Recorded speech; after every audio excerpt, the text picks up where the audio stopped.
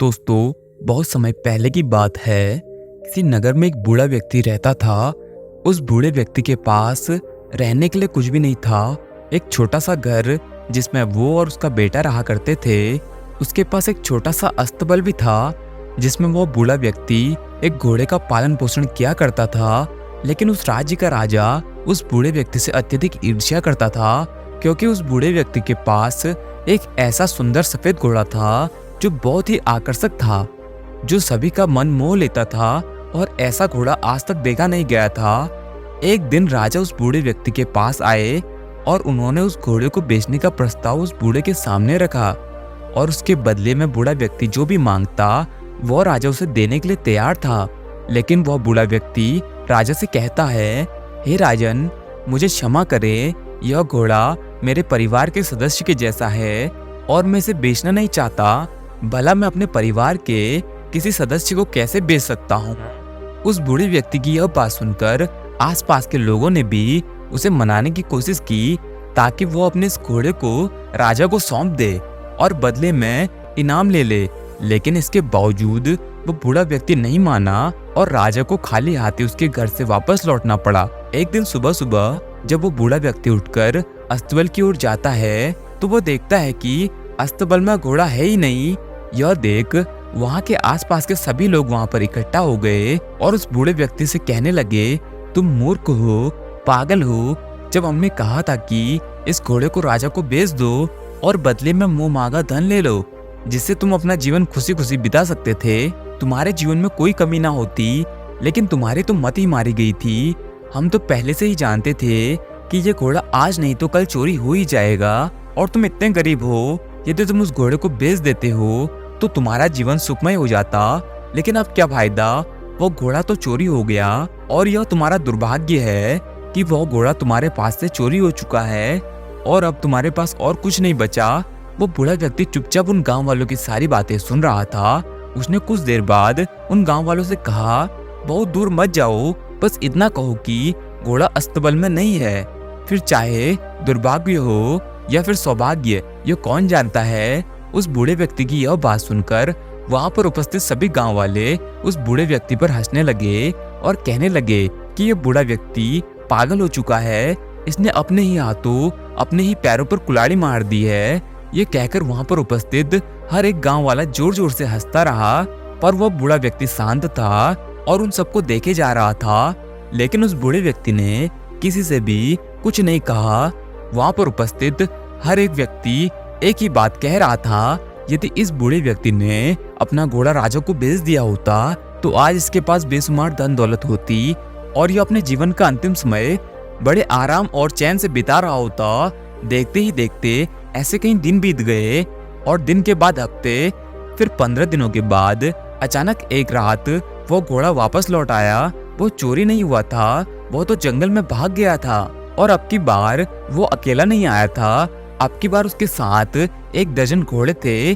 जब दूसरी सुबह गांव वालों ने यह देखा तो वो बड़े आश्चर्यचकित हो गए। उन्होंने उस बूढ़े व्यक्ति से कहा, यह तो तुम्हारा सौभाग्य है कि यह घोड़ा फिर लौट आया है और अपने साथ एक दर्जन नए घोड़े भी ले आया है। अब तुम चाहो तो राजा को इनमें से कोई भी घोड़ा बेच सकते हो। इस पर वो बूढ़ा व्यक्ति उन गांव वालों से कहता है, बहुत दूर मत जाओ, बस इतना कहो कि घोड़ा अस्तबल में वापस लौट आया है और अपने साथ 12 नए घोड़े लेकर आया है, और ये दुर्भाग्य है या फिर सौभाग्य, या फिर कौन जानता है। वे गांव वाले अब की बार उस बूढ़े व्यक्ति की यह बात सुनकर चुप थे, लेकिन हर कोई जानता था कि अब की बार उस बूढ़े व्यक्ति के पास 12 घोड़े हैं और वह उन्हें बेचकर बेहद अमीर हो सकता है और अपना जीवन सुख और चैन से बिता सकता है। लेकिन सारे घोड़े जंगली थे और उन्हें प्रशिक्षण की जरूरत थी। प्रशिक्षण के बाद उन्हें आसानी से बेचा जा सकता है। उस बूढ़े व्यक्ति का एक जवान बेटा भी था। उसने एक दिन उन जंगली घोड़ों का प्रशिक्षण देना शुरू किया, लेकिन वो जंगली घोड़े अत्यधिक बिगड़े थे। एक घोड़े को प्रशिक्षण देते वक्त उस बूढ़े व्यक्ति का बेटा जमीन पर गिर पड़ा और उसके पैरों में चोट आ गई। उसका पैर बहुत बुरी तरह से जख्मी हो चुका था, उसका पैर टूट चुका था। यह देख वहाँ के आसपास के सभी लोग उस बूढ़े व्यक्ति से कहते हैं, तुम्हारे इकलौते बेटे ने अपना पैर तो अब खो दिया है, जो तुम्हारे बुढ़ापे का सहारा था।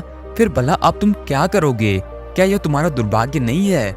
इस पर वो बूढ़ा व्यक्ति एक बार फिर उन गांव वालों से कहता है, दूर मत जाओ, बस इतना ही कहो कि मेरे बेटे का पैर टूट गया। अब यह दुर्भाग्य है या फिर सौभाग्य, यह कौन जानता है। उस बूढ़े व्यक्ति की यह बात सुनकर वे लोग वहां से चले गए। हर कोई यही कह रहा था कि यह बूढ़ा व्यक्ति पागल हो चुका है, इसे कोई समझ नहीं रह गई। ऐसे ही कई दिन बीत गए और उसके बाद अचानक एक दिन पड़ोसी देश के राजा ने इस राज्य पर आक्रमण कर दिया और शहर के सभी युवकों को जबरन सेना में ले जाया जाने लगा। लेकिन केवल उस बूढ़े व्यक्ति का बेटा बच गया, क्योंकि उसका पैर टूटा हुआ था और एक टूटे पैर वाले व्यक्ति का सेना में क्या काम। जी नहीं, युवकों को जबरदस्ती सेना में ले जाया जा रहा था। उनके आने की कोई संभावना नहीं थी, क्योंकि पड़ोसी देश बहुत बड़ा था, बहुत विशाल था और उसकी सेना भी अत्यधिक विशाल थी। और दूसरी तरफ यह राज्य भी बहुत छोटा था और उसके पास सैन्य बल भी काफी कम था, जिस कारण यह राज्य लड़ाई हार रहा था। अपने सगे संबंधियों को सेना में जाता हुआ देख सभी लोग रो रहे थे, त्राही त्राही कर रहे थे, अपने बच्चों को, अपने संबंधियों को वापस पाना चाहते थे। उधर दूसरी तरफ वो बूढ़ा व्यक्ति और उसका बेटा आराम से अपने घर में बैठे हुए थे। तभी कुछ गांव वालों ने उस बूढ़े व्यक्ति से कहा, तुम सही थे, तुम्हारे बेटे का पैर टूटना तुम्हारे लिए तुम्हारा सौभाग्य ही है, क्योंकि तुम्हारा बेटा अपंग है, अन्यथा इसे भी सेना में ले जाया जाता और फिर ये कभी लौटकर नहीं आता। ये तुम्हारी खुद किस्मत है कि तुम्हारा बेटा कहीं नहीं तो तुम्हारे साथ तो है।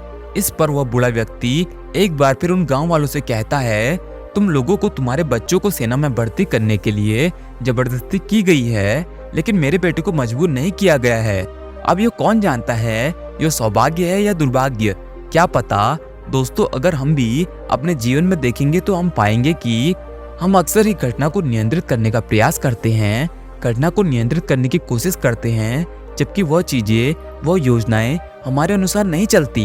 तो ऐसे में क्या अच्छा होगा, क्या बुरा होगा, यह बात कौन जानता है। लेकिन यदि हम उन घटनाओं को नियंत्रित कर लेते हैं और वो घटनाएं हमारे हिसाब से होती हैं तो हम बहुत खुश होते हैं। लेकिन वहीं पर यदि उनका उल्टा असर देखने को मिलता है तो हम बहुत निराश भी हो जाते हैं। हम अक्सर किसी भी घटना में, किसी भी परिस्थिति में निर्णय लेने में बहुत तेजी करते हैं, फिर चाहे वो निर्णय सही हो या गलत, वो अच्छा हो या बुरा, यह कौन जानता है। क्या आप जानते हैं कि आपने जो निर्णय लिया है वो आगे चलकर आपके लिए सही होगा या गलत। हमारे साथ आज जो कुछ भी गलत हो रहा है, हो सकता है कि आपको गलत लग रहा हो, लेकिन आने वाले समय में इसका ही हमारे जीवन पर कुछ अच्छा प्रभाव पड़ जाए। और ऐसा भी हो सकता है कि आज आपके साथ जो भी घटनाएं घट रही हैं, यह आपको अभी अच्छी लग रही हो, लेकिन आने वाले समय में इसका प्रभाव आप पर बुरा हो। इस कहानी में वो बूढ़ा किसान निर्णय नहीं ले रहा है, वो तो सिर्फ यह स्वीकार कर रहा है जो उसके सामने परिस्थितियां हैं। वो तो सुख और दुख दोनों ही भाव में संभव है और संभव को ही उच्चतम रूप माना जाता है जिसे हम अनुभव कर सकते हैं।